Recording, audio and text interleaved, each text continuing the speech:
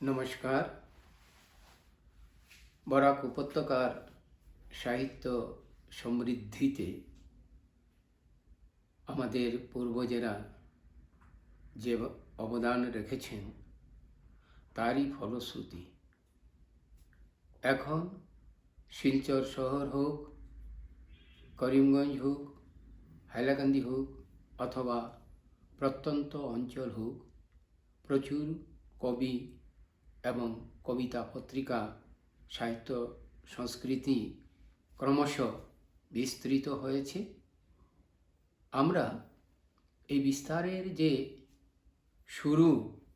শুরুরও শুরু থাকে, আমি সেই শুরুতে যাচ্ছি না, তবে আমার জানা মতো যারা সাহিত্য প্রথম দিকে তাদের অবদান রেখেছেন, নগেন্দ্র শাম, দেবেন্দ্র পাল চৌধুরী, সুধীর সেন, এরকম যারা পূর্বতন কবি, তাদের সম্বন্ধে ধীরে ধীরে আমরা আলোচনা করব। কিন্তু এখন আমি ব্যাঙ্গালোরে আছি, তো হাতের কাছে তাদের সম্বন্ধে বা তারা যে সমস্ত কবিতার বই লিখেছেন সেগুলো পাওয়া সম্ভব নয়। আমি প্রথমে যার বইটি পেয়েছি সেটাও পূর্ণভাবে পাইনি। করুণারঞ্জন ভট্টাচার্য মহাশয় সম্বন্ধে কিছু আলোচনা রাখছি।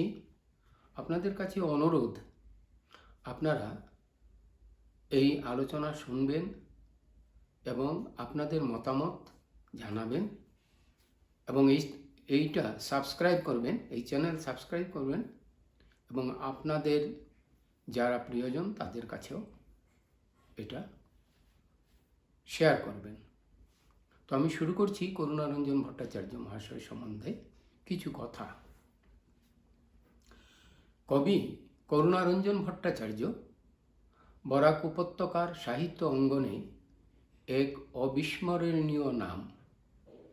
সাহিত্যের বিভিন্ন বিভাগে ছিল তার অবাধ বিচরণ, তবে কবিতা রচনা এবং আলোচনায়ও তিনি ছিলেন দক্ষ। তার কবিতার ভিতরে প্রবেশ করার মোটামুটি প্রস্তুতি লাগে। পূর্ব নির্ধারিত ভাবনায় সঠিক বিচার হয় না। কবির ব্যক্তিত্ব তাঁর রচনায় ঝলকায়। যিনি সারা জীবন নানান উত্থান পতন দেখেছেন মানুষের স্বার্থ, অহংকার, নীচতা, ঈর্ষা, ঘৃণা, উগ্র সাম্প্রদায়িকতা, দেখেছেন দুর্দিনেও কিছু লোকের লোভের অনৈতিক বর্বরতা।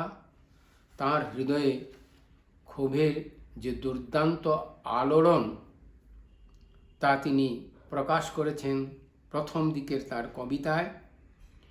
সেই কবিতা পুস্তক আমার হাতে নেই, যেটা আছে সেটা হিন্দি অনুবাদ। আমি সেখান থেকে তার সেই সময়কার যে মানসিক আলোড়ন, সেই আলোড়ন এর কিছু তুলে ধরছি।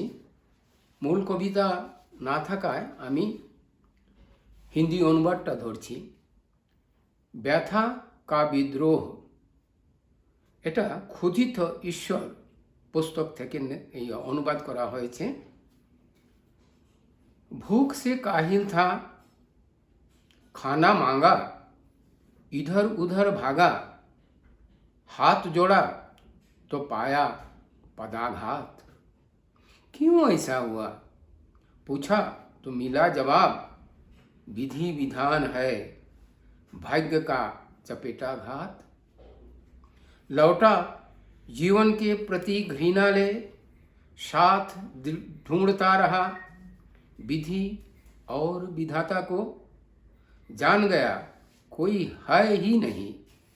गर मिल जाते तो उन्हीं के सर पर भाल पर करता आघात। समझ गया हूँ शोषण की है यह चाल, क्षोभ से बन गया हूँ उन्माद, झूठे वंचकों को कर पदाघात बढ़ता हूँ आगे, शैतानी अब और नहीं उन्हें जता देता हूँ। তো তার বাংলা কবিতাটা থাকলে ভালো ছিল, কিন্তু না থাকায় মোটামুটি আমরা বুঝতে পেরেছি তার যে মনোভাব, যারা এমনকি ঈশ্বরের প্রতিও তিনি, ঈশ্বরকেও তিনি আঘাত করতে চান, আর বঞ্চক যারা তাদেরও তিনি নানাভাবে পদাঘাত করতে চাইছেন। দারিদ্র্যের সঙ্গে যার পরিচয় শৈশবে, তিনি ছেঁড়া কাঁথার ফুল তার বইয়ের নাম, এর কল্পনা করে আহ্লাদিত হতেই পারেন। প্রাণ বিহঙ্গমের ইচ্ছে মতো বিচরণ অনুভব করতে পারেন।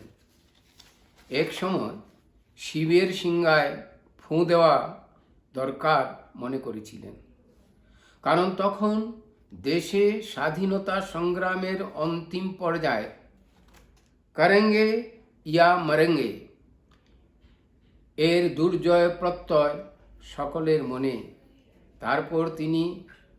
তারপর 3 বছর দাঙ্গা, ঘর ছাড়া মানুষের দুর্ভোগ, অসহায় শিশু বৃদ্ধ নারী, লাঞ্ছনা, নানাবিধ অত্যাচার, অনাচার, ব্যভিচার, তারপর সর্বস্ব খুইয়ে দেশত্যাগী হয়ে উদ্বাস্তু হয়ে ভারতে আসা, যন্ত্রণার শেষ নেই।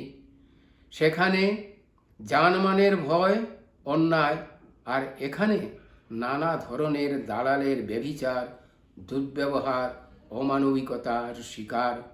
তদুপরি অন্নবস্ত্রের সংস্থান, সুবিধাবাদী দুর্জনদের প্রতারণা, বঞ্চনা, সব কিছু মিলিয়ে নরক ভোগ। অথচ ভুক্তভোগীদের দোষ তো কিছুই ছিল না। এই অবস্থায় ক্ষুধা কাতর জীব অর্থাৎ মানুষ অর্থাৎ মহৎ ব্যক্তিরা শিবকে জীবই বলেন। সেই স্থানে শিব মানে ঈশ্বর ক্ষুধার্ত। সেই কবিতা ক্ষুধিত ঈশ্বর এর হিন্দি অনুবাদটি এখানে পড়ছি, মূল কবিতা না থাকায়। एक नेता को कहते दिए हो जब, प्रभु सुनो मेरी बातें, घोर अभाव के मिलाप चारों ओर है। नेता खाद्य का, वस्त्र का, शिक्षा का अभाव, चकराते रहे लोग, कहीं काम की भीख नहीं। सोचा था अब तक की घटनाएं हैं ईश्वर की इच्छा, कुटिल चक्र का शोषण देख समझ रहा हूँ, लोभ के नृत्य में पड़ दुनिया है पीड़ित। भोग विलास के महलों में धन होता है पूंजीभूत, भूख की योजना से कब तक रोएंगे। सहन सीमा पार हुई, क्षुब्ध हो जाग उठेंगे। जागृति का आघात से पंख से जाग उठेगी पृथ्वी, चारों ओर के गीत धून में है वही खुशी। सामूहिक पदाघात से टूट जाएंगे शोषण यंत्र, गीतों के मादक स्वर से खत्म हो जाएगा जीवन। मृत्यु के बाद भी मृत्युंजय मंत्र से रहूँगा जीवित, धूलना मुझे নীল সুধার্তোं के শিবির में जो है নির্যাতিত। এইভাবে কবি তার মনোভাব ব্যক্ত করেছেন কবিতায়। কবি মানুষ, তিনি দ্রষ্টা এবং স্রষ্টাও। কবির অনুভূতি ও সংবেদনশীলতা খুব সূক্ষ্ম। ক্ষুধাকাতর মানুষের প্রতি সহমর্মী হয়ে পড়ে এবং রচনা করে তাঁর কবিতা রক্ত আঁখি ক্ষোভ ক্যাকটাসে। এই ক্ষোভ সঞ্চারিত হয়েছে কবির নিজের ভাষায়। সংসার সম্রাঙ্গনে আপন জন, আপন পরিবেশ, জীবজন্তু, বনজঙ্গল নিয়ে গড়ে ওঠে সংবেদনশীল কবির ঘাসে অর্থাৎ মাটির পৃথিবীর সঙ্গে যেমন আকাশের নক্ষত্রের সঙ্গেও তেমনি বাস্তব এবং কল্পনায় বিচরণ করেন। আবার ওই অনুদিত কবিতারই সহায়তা নিতে হচ্ছে। সংসারের ব্যাপারে তিনি বলেছেন,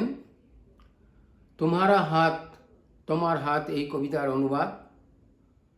तुम्हारे हाथों के इतने रूप आंख मूंद कर भी समझ लेता हूँ, करतल पर प्राणों का धूप।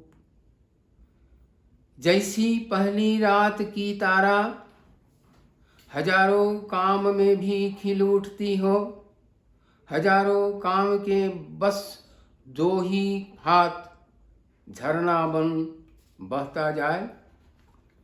सभी काम की चुप्पी में धूप की माया करतल पर, रूप नदी की कलध्वनि मेरी भावना के चलाचल तक, तुम्हारो हाथों के इतने रूप।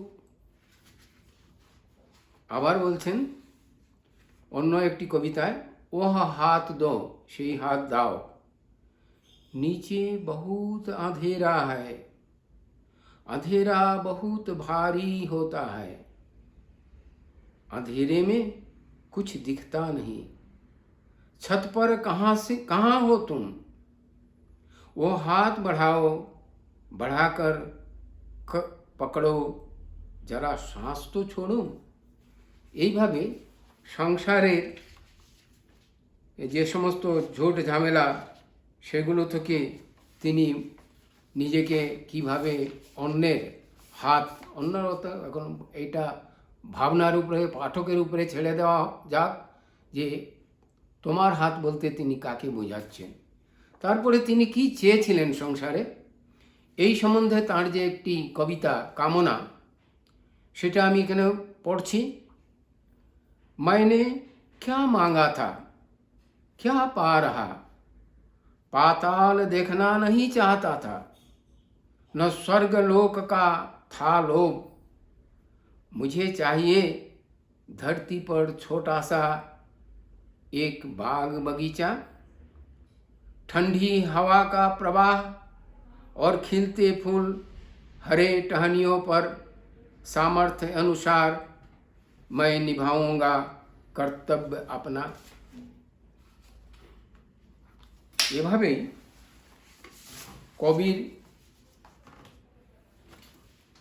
কবিতার বিস্তার তো অনেক রচনা করেছেন। আমি এখন করুণারঞ্জন ভট্টাচার্যের শরৎ ঋতুর তার উপরে যে প্রভাবটা সেটা তুলে ধরছি। শরৎ ঋতু এলেই চারদিকে যে একটা সাড়া পড়ে যায়, প্রকৃতিতে ও প্রস্তুতি চলে, প্রকৃতির প্রস্তুতিও চলে। আমরা পূজার নানা ধরনের পরিকল্পনা করি, প্রকৃতির নিজস্ব প্রস্তুতিতে থাকে অন্য একটি মাদকতা। তাই তো কবি রবীন্দ্রনাথ বলেছেন, এসেছে শরৎ, হিমের পরশ লেগেছে হাওয়ার ওপর। আর যাচ্ছি না এই কবিতার সম্বন্ধে, আমি করুণারঞ্জনের কবিতায় ফিরে আসছি। শ্রীমা দুর্গা আসেন পিতৃগৃহে, প্রতিটি ঘরেই মায়ের পিতৃগৃহ, দেবদেবতার সঙ্গে সামগ্রিকভাবে এমন আত্মীয়তা বোধ, এমন আপনত্ব, এই বোধকে কেন্দ্র করে 3 দিন যেমন করে উবে যায়, আর বিসর্জনের দিন নিদারুণ হৃদয় বিদারক দৃশ্য। অবশ্য সময়ের সঙ্গে সঙ্গে তার রূপ পাল্টেছে, চোখে পড়ে এমনটি সহজলভ্য নয়। কত গীত, কত গাথা, কত লোকগীত, তার ইয়ত্তা নেই। লোকগীতিকার, কবি, বৌদ্ধিক ও দার্শনিকদের কত ব্যথা, কত আলোচনা, কত দৃষ্টিকোণ আমরা এখানে পাঠ করব। করুণারঞ্জনের শরৎ ঋতুর উপরে এবং দুর্গাপূজার সময়ে তার কিছু উপলব্ধি তুলে ধরছি। শরৎ ঋতুর জন্য দিনের পর দিন গিয়ে বছর জুড়ে থাকে অন্য ঋতু। এটি কবিতার লাইন। তার কবিতার শীর্ষকগুলা বেশ বড় বড় থাকে। যাই হোক, 6টি ঋতুর মধ্যে এই একটি ঋতুর জন্য থাকে বছর জুড়ে আকাঙ্ক্ষা। আকাঙ্ক্ষাতে সহায় থাকতো আকাশ জুড়ে মাখন মেঘ। আজকাল ফেভিকল রং, বিশেষ মেঘের বিশেষণ করা যায়। ঝিলে পদ্ম, শাপলা, শালুক, জল যেখানে স্থলের সঙ্গে কথা বলতো, সেখানে কাশফুল, ধবল চুলের মুনি প্রাচীন লোক দেখতে লাগতো চাইলে। গাছ থেকে দুয়ারে ঝরত শেফালি, সেই কবে যে বলতাম, পরে বলছি শিউলি এখন বলি, শেফালি খুব একটা বলি নে। পরিবর্তনের নৌকো জল ভেঙে যায়। আশিস মা, মূল কথা এই আশিস। দুঃখে উল্টে গিয়ে আশিস নে মা গান হয়ে যায়। আর্দ্র নরম সবুজ মাতাল গন্ধ জড়িয়ে যা বলি তা বলি। গোটা একটা শরৎকাল দীপ্যমান বিদ্যমান হতো, মাটির মূর্তির মধ্যে হয়েই এসে প্রাণের কথা প্রাণে হতো। একলা না, মাটির মূর্তির মধ্যে আরও সঙ্গিনীরা আসতেন ও আসেন। আসা মাত্র, যা আসার আগে থেকেই কথা আরম্ভ হতো, হয় দেশ ভাঙল, কত কিছু হলো, এই ব্যাপার ফুরলো না। মাটিতে প্রতিমা হয়ে অন্য প্রতিমাতে অন্য সঙ্গী নিয়ে মা মেনকার শূন্য ঘরেই সঙ্গিনী আয়োজোড়া বড় ঘরের মেয়ে আসতেন। এসে গরিব ঘরের মেয়ে হয়ে হলেন সর্বজনীন। একটা উধাও আবহাওয়ায় মূর্তিতে মানুষে এই যে প্রাচীন কারুকাজ থেমেছে কি? কেন থামল না? কি না হলো? দেশ ভাঙল, কিন্তু এই যে সর্বজনীন মেয়ে আসছেনি, আশা থামল না। আর কোথাও কি হয়? মাটিতে প্রতিমা গড়ে প্রাণ ধরে মানুষই কথা হাসি কান্নায় সাথী হয়। চলছেই ওই মেয়ের জন্য বন খোঁজা, বনের শাক, ঠোঁট না ফোটুক চেয়ে দুর্বর শিশি জল, শাপলা বিচির খই, মুঠো ভর্তি দ্রোণ ফুল, কোমলতায় নাক ছোঁয়াবে চেয়ে। চতুর্পার্শ্বে যা দিয়েছে, যাই দে, ইচ্ছে তাই হয়েছে উপকরণ। 3 দিনের তাই দিয়েই আপ্যায়ন। তৃতীয় দিনে রাত্রি যখন অবধারিত ফুরলেই আবার এসে বলে বছর জোড়া পথের দিকে চেয়ে বিদায়। চলছেই, দেশ ভেঙে থামল না। মন থেকে ইচ্ছে উবে যেতে পারত, উবে গেল না, অর্থাৎ হয় না, শেষ হয় না কি কথা। তো আমরা বুঝতে পারছি দুর্গাপূজা আমাদের চেতনায়, আমাদের নৈমিত্তিক ব্যাপারে এই যে 3 দিন বা শরৎ ঋতুতে যেভাবে আসে, কবি কি সুন্দর করে সেটা তুলে ধরেছেন। তবে সেই সঙ্গে তিনি আরও অন্য একটি কবিতায় বরাক উপত্যকার, বিশেষ করে শিলচরের বিসর্জনের যে অনবদ্য দৃশ্য এবং জনসমাগমে একদিকে সংস্কৃতির ঝলক, আবেগপ্রবণ উদ্বেলতা, জনগণের আরতি চোখে পড়ে, অবশ্য কিছু ব্যতিক্রমও চোখে পড়ে যা মনকে ব্যথা দেয়। আমি সেই কবিতাটা কিছু এখানে পাঠ করছি। ভাসানের চিত্রমালা চোখে গেঁথে নিতে, মা ডাকের মালসী সুরে অপরাহ্নের তরাগ ছড়িয়ে এমন এক আভা ঝলকানিতে লোকটি গাইছিলেন বসে। সেখানেই বরাক ব্রিজের লোকারণ্য জমতে আরম্ভ হয়েছিল। ভাসানের চিত্রমালা চোখে গেঁথে নিতে 3 দিনের উৎসব ভিড়ের পর পুনরায় সমাপ্তির ভিড়ে।